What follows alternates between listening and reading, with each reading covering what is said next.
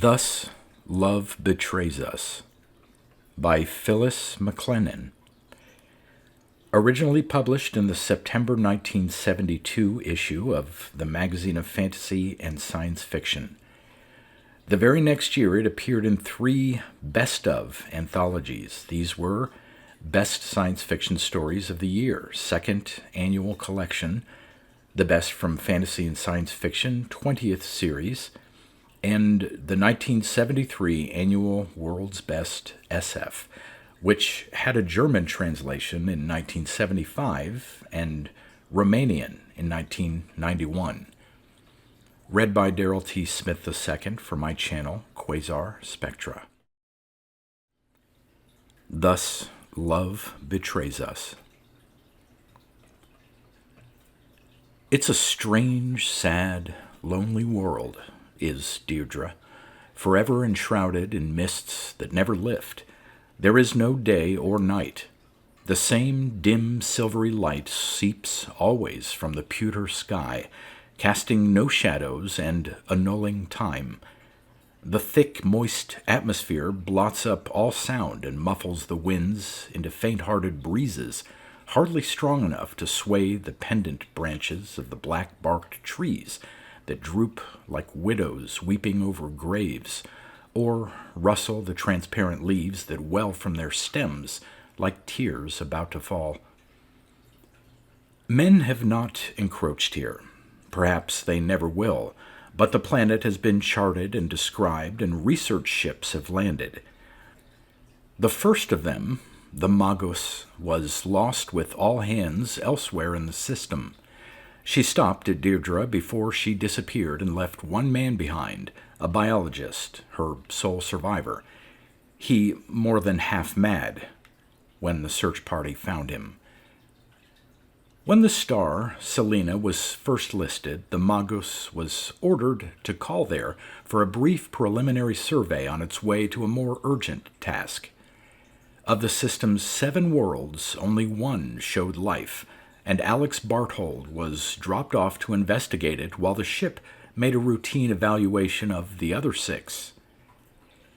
It was common practice, and he had been left thus before, on worlds more hostile than this one appeared to be. Informed of his assignment, he set up his shelter, checked equipment and supplies, and reported to the captain that everything was in order with the matter-of-factness of habit. Nevertheless, when the ship had signed off, he stood at the viewport of the plastic dome to watch her leave with the same involuntary pang of abandonment he had felt the first time and would always feel, no matter how certain he was that he would survive and they would come back for him. The lights on the distant hull glowed faintly through the eternal fog. They were all he could distinguish of the Magos, but when the boosters flared, they seared the fog away, and he could see her hoist herself up and squat for a moment on her cushion of flame, like a fat old lady catching her breath before forcing herself into space. She vanished, and the boggy earth quivered beneath his feet in the aftershock like something alive. He was alone. He had looked forward to this respite from the cramped quarters of the ship. The dome seemed almost vast in comparison, and there would be relief from the tensions inevitably produced by the confinement and total lack of privacy, the constant noise, the personal frictions that could not be avoided. He would be able to go for long walks with real gravity tugging at his boots. There would be living things to look at that no man had seen before, and even though the myriad fungus spores that formed the nuclei of the mist droplets forced him to wear a protective suit and filter mask, there was fresh, living air to breathe, untainted by the reek of hot metal, lubricants, and human bodies that no recycling process could ever quite remove. He arranged the few personal belongings he was allowed to bring with him to give the dome an aura of familiarity, put on his suit, stepped through the inner hatch into the lock, and sealed the door behind him with anticipation. But when he opened the outer hatch and stepped onto the virgin soil of Deirdre, it was an anticlimax. He found no sense of freedom. Fog swallowed him, a milky vagueness in which no object more than 10 feet away was clearly seen, which thickened beyond that into a barrier that moved as he moved, walling him in, softly threatening, impenetrable because he could never reach it to test what it was made of. As he stepped forward, dark skeletons of trees flowed into sight. What lurked beyond them? Behind him, the outline of the dome was already blurred, as if melted into the mist. He was suddenly, unreasoningly afraid to walk away from it, to leave the reassurance of the warm golden light that beckoned from the viewports. The compass on his gauntlet swung erratically in the weak magnetic field. He dared not depend on it to guide him, but he had the fool finder. He bent down and touched the buttons on the heels of his boots. At each step he took, a drop of fluorescent stain would be released to mark his trail. It showed up cold blue-green like insect phosphorescence against the rich tapestry of moss beneath his feet. Only after he had walked around enough to convince the child within him that he could not get lost did he dare move out of visual contact with the shelter. He did not like Deirdre. It was not dead. That would have been less disquieting than the waiting stillness that enveloped him. He felt as though something unseen paced him behind the screen of mist, just at the limit of his vision. Drifting on currents beyond his comprehension, the fog thickened and thinned in response to its own will, shaping wraiths of its own substance that seemed solid enough to touch, and then dissolving them as he came closer as if it teased him purposely. He tried to lose himself in work, but here too Deirdre taunted him. Never had he seen a world so limited in the variety of its flora and fauna. It teemed with life, but most of it was the same. The plants that carpeted the earth in regal splendor were curious forms of algae and lichens, but he could find no true plants. Even the trees were closely related to the mosses, as far as he could tell, and though mosses of such size and toughness were extraordinary, they were all alike. The animal life was equally limited in type, nothing beyond creeping insects, 2 or 3 arthropods, and several coelenterids, none larger than a football, and all sluggish enough to make him drowsy watching them. His specialty was not to have one, to know a little about every aspect of biology, but he did not know any one area of it well enough to make the detailed, exhaustive studies later investigators would undertake, and he came so rapidly to the end of what he was equipped to do that the time he had to wait until the ship returned began to stretch into infinity before him. Bored, restless, increasingly uneasy, he went for long walks, going further and further from the dome in fruitless quest of something new to look at. But Deirdre was everywhere the same. He might have been on a treadmill in some dim, forgotten limbo. The same dark trees swam up and disappeared behind him. The same fog constantly enshrouded him. The same thick moss sprang back beneath his feet. And in the pale, pearly light, like an eternal dawn, it seemed that time did not exist. There was only here and now, and the present would never end. He found himself checking his chronometer constantly, but it, too, seemed to have been affected. Minutes turned into hours. What seemed like half a day was measured as an hour. The dreamlike atmosphere imbued him more and more with a sense of unreality. He blamed it on nerves, on his own more than half illusory sensations, but he could not overcome the developing conviction that something was there, hiding in the mist, just out of sight, seeing him although he could not see it, or them. In the course of his monotonous explorations, he sometimes thought he caught a glimpse of movement from the corner of his eye, but when he turned there was never anything. A wisp of mist, veils thicker than it had been, but only mist that faded into mist. It frightened him. He grew anxious away from the shelter of the dome, the instruments companionably ticking, the warm, dry air, the light.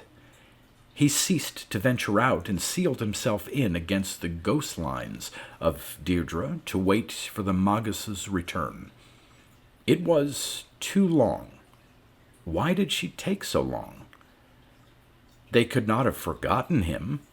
At chronometer noon, every 24 hours, he sent off his "I am alive and well" signal. The code burst acknowledgement came from the computer, he knew, but someone had to log it. If he did not report, if he signaled an emergency, they would notice and come back for him, unless something had happened.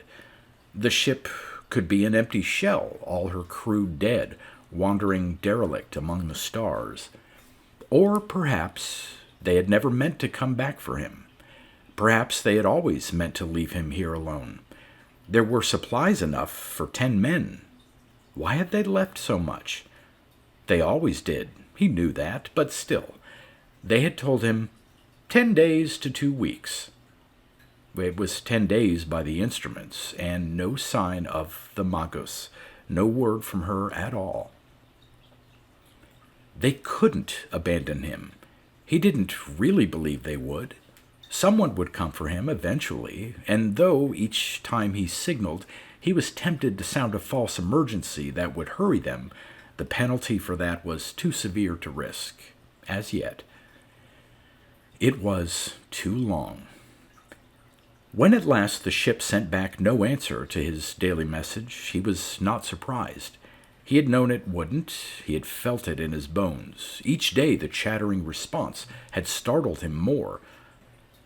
So sure had he become that it would not be given, and as he tapped his code call out and repeated it again, and still no answer came, he felt a sick satisfaction now that his fears had been realized. He had suspected that he was somehow doomed to this murky hell of solitude and uncertainty. He had been dropped out of life, shunted aside into nowhere, cursed for crimes committed in the past. What crimes, what misdeeds warranted such punishment? He thought back, and they were many, trivial once, but looming larger now, crimes of omission as well as of commission, people he had hurt, unknowing or uncaring, tasks he had slighted, responsibilities he had slid out from under. The list was endless. In this gray, haunted world, his self confronted him, and there was no escape. He could not face himself, so naked and alone. In the back of his head, some shred of sanity reminded him that he would not be left here forever. Sooner or later another ship would come, no matter what had happened to the Magus. He knew that, but sure as he was of it, he did not believe it. The time would come, but there was no time on Deirdre. Nothing ever ended. He was trapped in an eternal present. The chronometer lied, and not a day had passed since the Magus had taken off. But there would be a ship. It would materialize out of the fog, and men would step out of it and check the beacon to see how long it had been sending its plaintive cry into the void. Where would he be then? What would he be? Would they know that a man had been left here by himself? Would they think to look for him? He sealed the logs he had kept to date and carried them to the beacon. The fool finder would disappear in time. Compass headings would be useless. Still, he tried to work them out, to devise some way to tell them where to find him. From spare parts, he jury-rigged a small homing device for the dome and hooked it into his power pack. Then there was nothing more he could do except fight to retain sanity, for he could feel his mind slipping away. He played films, he played tapes, at high volume, drowning himself in them to shut out awareness of Deirdre, or rather the realization that there was nothing there, that what he shut out was nothingness, emptiness, and looked within himself and saw his soul draw closer and closer in upon itself, shrinking into a hard, bright jewel at the center of his being that not even he could touch, hiding itself away, and he was afraid. The hemisphere of his shelter was no longer a refuge. It was a trap. There was no safety in it, only a danger greater than any he had known, and of a different kind, harder to fight because it lay within himself, a part of his own essence. Driven to escape, he suited up and fled into the spectral landscape where the fog figures beckoned. He saw them almost clearly now, pale, childish shadows slipping behind the trees, always just at the limit of his vision, as if they knew he sought them and mocked him, teasing, whispering, "I am here, but you will never reach me." They withheld themselves, and he pursued them, surer and surer that they were concrete. They had to be. There was one that seemed to wait. He could not quite distinguish its slender man-shape, mist-colored, but not mist. As he approached, it drew away, eluding him, yet still it led him on. He followed patiently, keeping his distance so as not to frighten it, and as it seemed to sense that he would not press too closely, its caution lessened. It moved forward stealthily, but with purpose, intent upon some errand of its own, pausing from time to time to look and listen, though its wariness seemed not to be of him. Each time it hesitated, he approached it nearer, until he could see it clearly. It was beautiful. Under translucent skin, blue-white as watered milk, shapes of internal organs pulsed in faint tints of blue and green and gold. Poised, its back to him, it was a statue carved from living opal. Then it turned its head. He shrank away. Such faces he had seen in dreams of ghosts when, childlike, he shuddered at the dark. White, featureless, except for round, fathomless black eyes like peepholes into hell. It did not fear him. The slight relaxation of its posture told him that, although it still was timid, it was not hostile. If it had been, it would have attacked before. How could he fear it when it appeared almost to trust him? It was real. It was alive. It studied him intently, and he marveled that it should be so bold. How must he look to it? A snouted monster nearly twice its size, lumbering blindly through its territory, breath soughing through the filter mask. In its nightmares, if it had them, could it imagine anything so alien? It was alive and near him, not much less human than an ape. If he could win its confidence, befriend it, he would not fear it. He stretched his hands out, palms upward. It slid away, a supple darting movement, like a snake's putting itself beyond his reach, yet staying with him. It looked at him and turned as if in invitation. Taking the gesture so, he followed as it wandered through the trees. Watchful, it seemed to scout for enemies, but not to count him one. He felt himself obscurely flattered by this tenuous companionship, like walking with a cat that accompanies because it chooses, not at command. When they came to the village, it had somehow maneuvered him into the lead, so that he entered first and realized with shock just where he was, in an inhabited place, or one that had been inhabited. He stared, dumbstruck, at the crude, box-like dwellings huddled around him, for dwellings they must have been, hacked out of a coarse, fibrous stuff like hardened peat.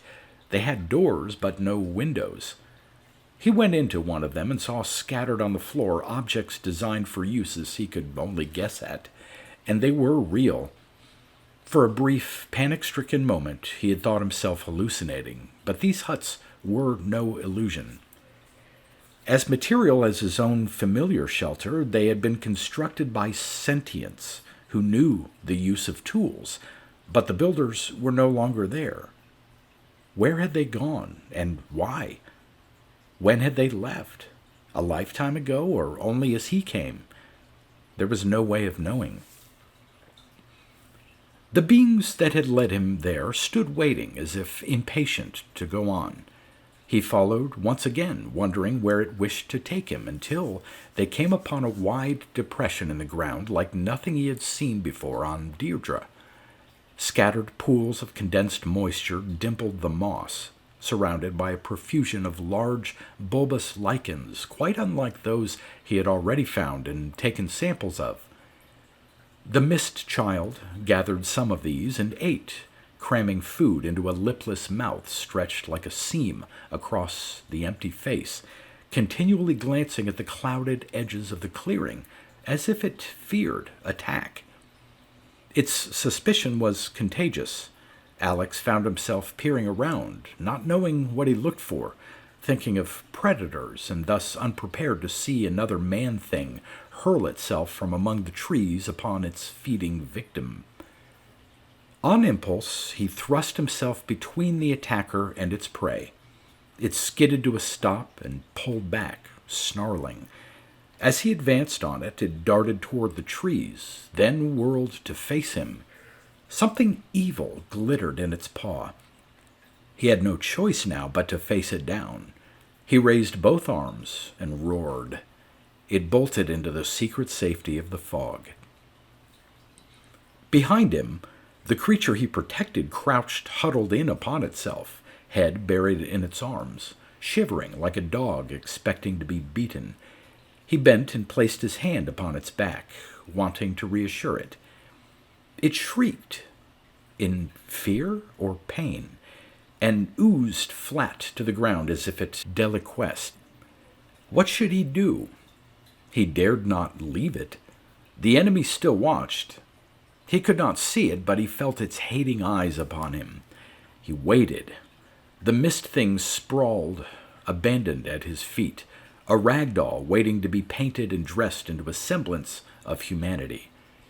Beneath its hide the delicate colors pulsed and wavered, then grew stronger as it returned to consciousness. The outer integument tensed. It flowed upright, peered into the mist, and shuddered. Alex would have left it then, but as he retraced his course by gleaming flecks of fool-finder, it slunk behind him as if it found safety in his presence, and when they reached the dome, it sought to interpose itself between him and the hatch so that he could not enter. He motioned it aside. When it refused to move, he stretched out his hand to touch it, and it pulled back, whimpering, far enough for him to reach the release. The hatch irised open. As he stepped inside, the aggressor, who had stubbornly pursued them, slid from the mist and launched itself at them. The mist thing dashed inside, cowered behind him, moaning in panic, heedless of any but the imminent danger, and Alex slapped the hatch shut, then automatically pulled the lever to turn on the fungicide. Spray hissed from the nozzles all around them, foaming as it struck upon their bodies, and the beast went wild. The lock was barely big enough for two, and as it dashed itself from wall to wall, Alex was forced to seize it to keep it from hurting itself. It turned upon him then. It threw its paws up.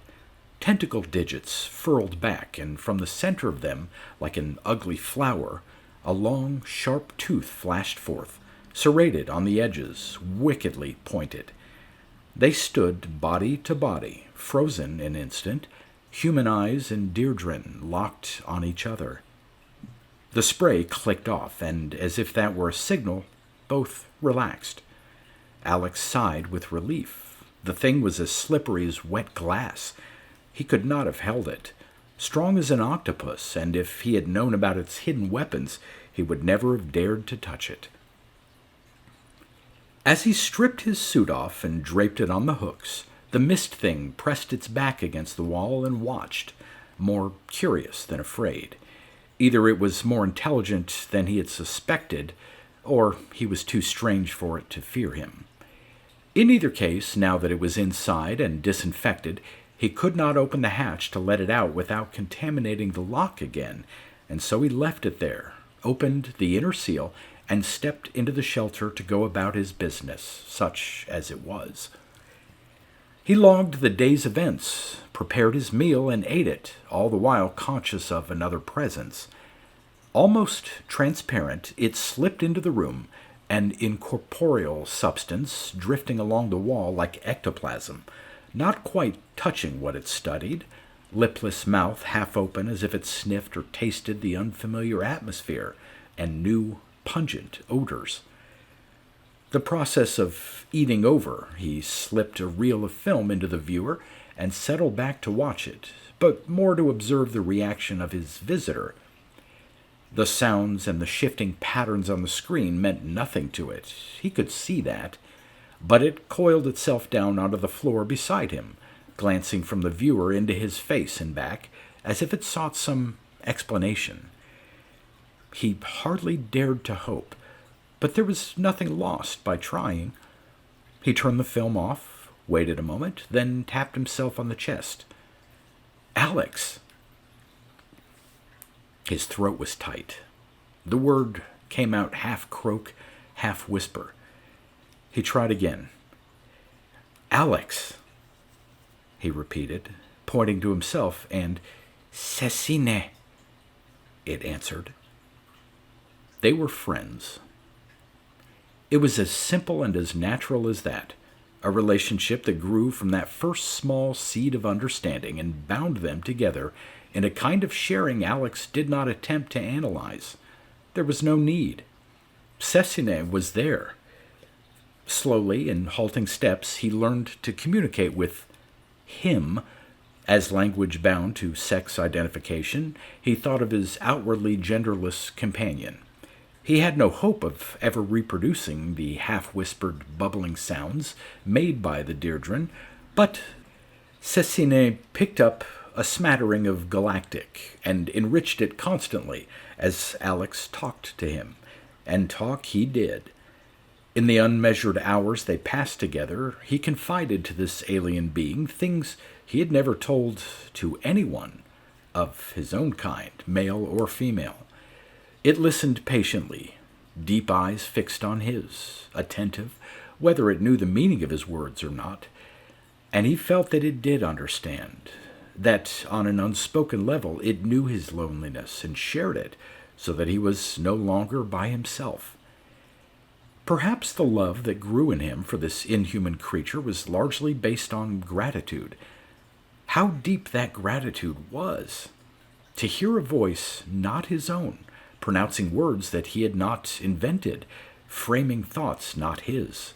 To know a living, sentient presence near him always, although he could not often bring himself to touch it. The texture of its cold, rubbery flesh recalled too sharply how alien it was.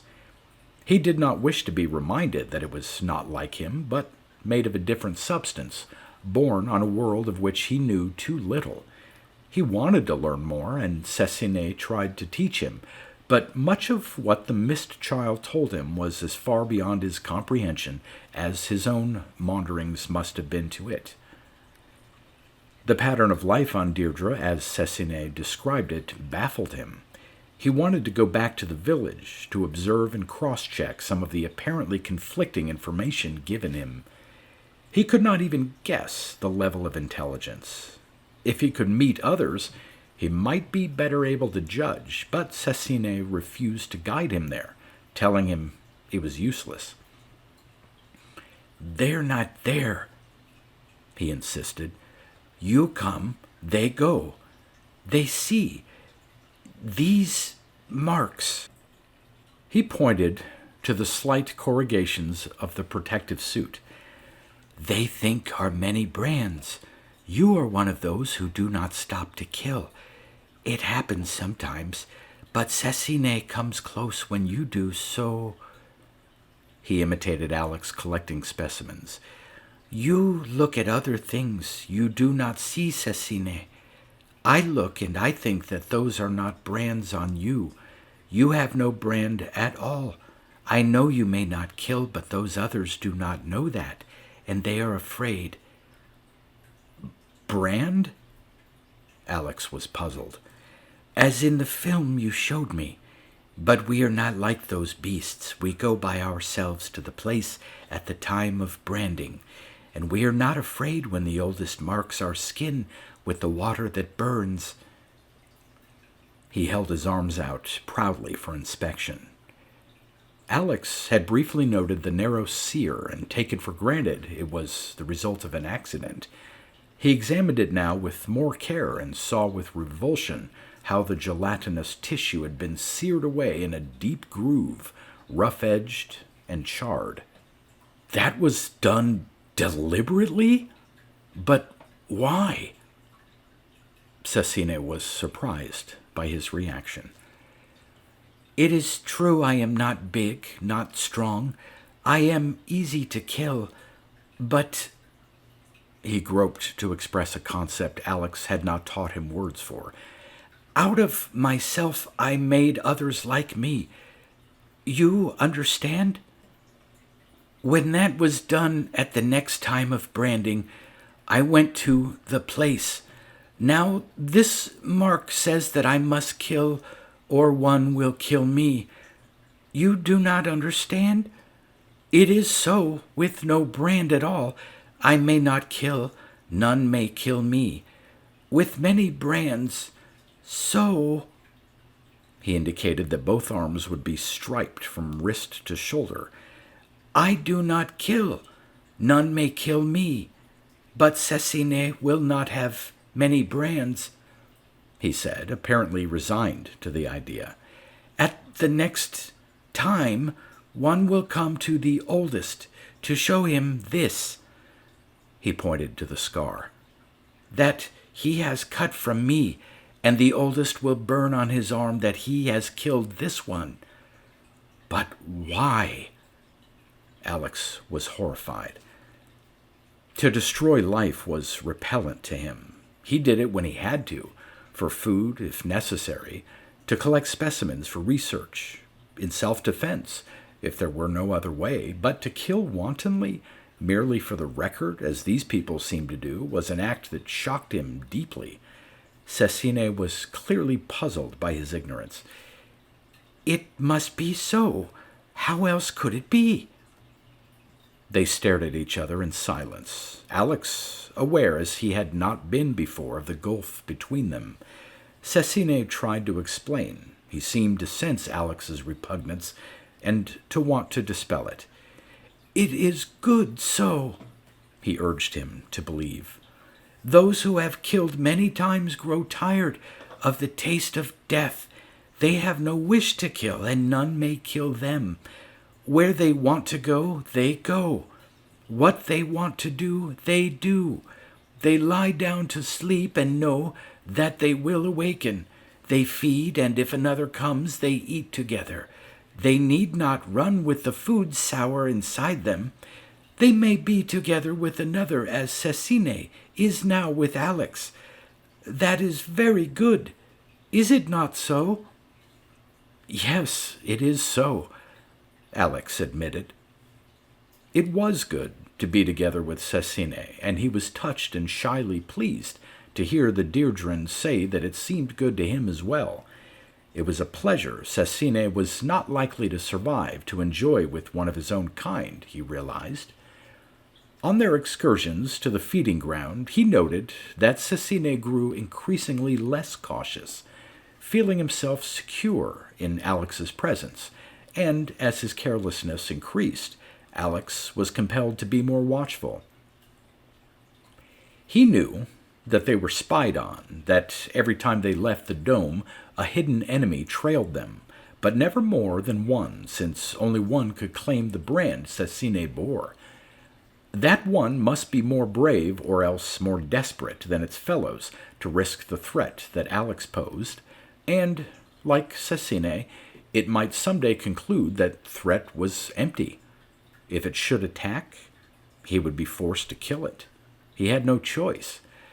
The tight beam ultrasonic handgun he always carried now was vicious in its effect at full intensity, but he dared not turn it down, for once the thing came at them, he could not give it a second chance. One opening in his suit, to let the fungus in, would do for him, and Cecine could never hold his own in battle. He was so sure of this himself that he would submit without struggle to the blades of an assassin. He could not let that happen. If either of them should die, the other was lost. For Cecine, the matter was simple enough. He would be killed as soon as he lost his protector. For Alex, the prospect was more frightening. He did not like to think about it. A ship would come. Only on Deirdre the present never ended. On other worlds it fled into the past. The silence of the Magos would be noted. Her course followed until some remnant, some wreckage or survivors had been found. The seekers would trace her path here to the beacon, and they would look for him, his life or death, a question they must answer. And when they found him, when? If nothing marked the flow of time, it might as well be never. Without companionship, he knew that he could not endure this never-ending now. Those who had lived in the village had not yet been branded, and although Cecine insisted the huts had been abandoned since he came there, he still had hopes of making contact with some other Deirdrans. He had no trade goods, but he collected a few things he thought might catch their interest. Bright, shining wire, gaudy scraps of plastic, a small flashlight, colored pens and paper. He left them in the center of the village and went back now and then to see if they had been touched. On one such tour of inspection, he decided it would be his last. His trinkets lay as he had left them, the wire corroded, the paper mildewed, mold tracing the convolutions of his fingerprints across the gleaming plastic like an arcane message no one here could read or wanted to. With disappointment verging on despair, he gave up hope. He would have only Cecine. But where was he? In the brief seconds during which he had let his attention wander, the fool had disappeared, probably heading toward the feeding ground alone, so overconfident had he grown of late. Alex swore silently and ran to find his friend, but those few seconds were what the enemy had waited for. As Alex burst from in between the huts, he saw two figures struggling on the ground. He shouted, fell upon them, tore them apart, and flung one to each side before they knew he was there. Cecine lay where he had fallen, cowed, whimpering, arms wrapped around his head. Not so the attacker. As Alex turned to face it, it launched itself at him.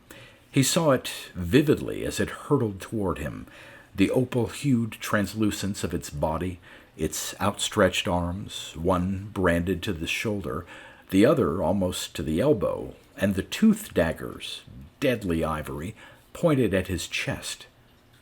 He slapped the plastic sheath. The gun leaped to his hand. The enemy was upon him. He pushed the gun into its belly and fired. The ultrasonics shook it apart. He pushed it from him. It stood upright a moment, the tension of its skin still holding it together. Its insides shivered into jelly. Then it slid shapeless to the ground, a bag of skin. Its substance liquefied inside it. Cecine stepped from behind him. "At the time of branding, many will fear me when I show this." He bent over the dead creature and with a grunt of satisfaction sliced away the brands that had adorned its arms when they were arms. As his palm dagger slashed into the skin, the nauseous mess within gushed forth. Alex had to vomit. He could not control it. He tore his faceplate open just in time and blurted out the contents of his stomach until dry retching produced no more than drops of bitter bile. Relieved, the spasms over, he straightened up and took a deep, clean breath, only to be shocked by a new, more personal horror. He breathed the raw air of Deirdre, and it smelled of death. Death was the close companion of men who traveled space. They died predictably, in accidents and in strange, ugly, painful ways that no one knew of until they happened. But he had known. Still on the ship, before he had set foot on the planet itself, he had seen the cultures under their sealed covers swarm almost instantly with fungi as the voracious spores from the air samples settled on them. The surface of Deirdre was nothing but mold, one solid blanket of it. The animals that lived on it were safe only because their surfaces were too acid for it. But his skin, his lungs, his mouth and nose and eyes provided ideal conditions. He had known that, and he had forgotten it. And that was how men died. Cold sweat broke out all over him, even on his arms and legs, and his knees turned to water. His fingers trembled. He pushed the faceplate home, but could not close the catch. There were fungicides and antibiotics in the dome, ample supplies of them for just such an accident as this, but could he reach them? How much time did he have? He was shaking, too weak with fear to walk, but with Cecine to help, he could still make it. The mist creature stood several feet away from him, fondling his trophies. He stretched his hands toward him. "Cecine!" It seemed that he did not hear him, that he slid away, starting to fade into the mist. "Cecine!" He heard. He looked at him, blank face, unreadable. "Help me!" He could hardly breathe. His eyes were filming over, but surely that was his imagination. The fungus could not have taken hold so fast. He felt himself waver, sank to the ground, reaching out. "You are killed." His voice was cold and flat. He stated a fact that was of no importance to him. "No, not yet. Not yet. Help me to walk. Help me to get to the dome. I'll be all right if I get there." "No, you are killed," he repeated. "Others watch. They see that you are weak. They do not fear you now. If Cecine stays with you, one will kill him." "No one will kill you. I will kill them first. I have the gun." It lay on the ground where he had dropped it when he started to vomit. He wormed toward it, but even as he spoke, Cecine had seen it and picked it up. The alien handled the small weapon carefully, and Alex could have sworn he smiled. "With this, Cecine will kill many. At the next time of branding, all will fear him." "You fool! You don't even know how to use it." "It has a button. All your things have buttons to make them do what you want. Cecine can use it." He turned away. He really meant to leave him there to die alone. There was no doubt of that. Alex coughed. His throat felt full of slime. His words pushed bubbling through it. "You stinking, soulless hunk of protoplasm! Why don't you shoot me while you're at it? You need the practice." He didn't even bother to look back at him. "You have no brand," he stated, and vanished in the fog. Alex stared after him, numb with disbelief. He could not leave him now. He could not, when it would take so little effort to save him. But he had done so. "Don't go! Please don't leave me!" he screamed, soundlessly. He closed his eyes against the tears that filled them, and felt that he dropped through a black, bottomless abyss, desperate, reaching out for something to hold on to, but there was nothing there, nothing to cling to, nobody to save him, except himself. He would not die. He would not. Rage flooded him, and he drew strength from it. "I'll make it without you, you bastard. Who the hell needs you? You're not even human. 50 brands I need before they'll talk to me. Then 50 brands I'll have, and yours will be the first." It was too hard to struggle to his feet, and if he did, he knew that he would fall. But he would make it. On hands and knees, on his belly if he had to, but he would get there. It wasn't all that far. The fungus couldn't kill him that fast. He wouldn't let it. He only imagined that he suffocated. Although his breath came hard, he still was breathing. He started forward. He and Cecine had come this way so often they had begun to leave a trail. Along the shadow of a path, drops of Fool Finder still glistened. He would not get lost.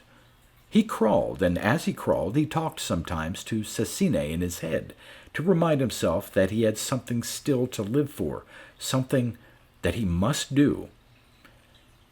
That gun won't last forever, but while it lasts, use it, you son of a bitch. Use it and keep yourself alive until I can come after you, because I'm going to. I'm going to get you. I'm going to cut that goddamn brand off you and stuff it down your miserable throat. His lungs were filling. His eyes and nose and mouth, even his ears, were all encrusted.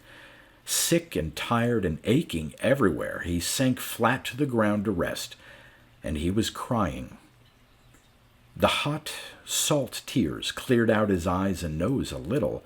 He had not even tried to close his faceplate. What did it matter now? He forced himself up as far as he was able and coughed and coughed and coughed, bringing up great lumps of green slime from his lungs. He was exhausted. He could not go on. He fell back to the earth and thought of Cecine, who could have helped him. Flat on his belly, he dug his elbows into the yielding moss, pulled himself forward, braced his feet, pulled himself forward. His eyes were clouding over. He had to blink and blink again to keep them clear so he could distinguish the path. He had to stop and cough from time to time to clear his lungs, but he kept breathing. In his mind's eye, even more clearly than he saw the trail, he saw a strip of transparent skin and a thin black scar etched on it. He crawled to reach it, concentrating on it, blotting out the pain from his chafed elbows, his tortured lungs. He inched himself forward, stopped to cough and wipe his burning eyes, inched himself forward. There was no time, no distance, only slow, hurting movement. It would have been so easy to give up, to sink into the spongy moss, to let it enfold him, wrap itself gently around him and make him one with it. He thought of it. The thought was sweet, but part of himself watched as if from a distance, and coldly, detachedly, would not let it happen. God, how he wanted to die, but he would not. The dome was there. Warm light streamed from the viewports. Inside were rest and safety and means to kill the tenacious fibers that wove into his flesh and sucked his strength away. 3 feet above him, on the dull gray plastic surface, the metal plate to reach that haven twinkled, remote, unfeeling as a star. He squeezed himself against the place where the hatch would open, forced his feet under him, and, remembering Cecine, pushed himself upward until his hand lay on it. The hatch irised open to receive him, and he fell through into the womb that was the lock. Pain, fever, nausea, delirium. He was well and strong. He suited up and left the dome and found the feeding ground. He lay in ambush until Cecine appeared, sprang at him, caught him, choked him, the lipless mouth wide open, screaming. The deep-set eyes popped out like grapes squeezed from their skins. But was it Cecine? He found the place of branding. It swarmed with Deirdrens, weaving in a slow dance like mummies resuscitated by a necromancer. Cecine swaggered forward to be branded, carrying a slimy bundle of fresh trophies.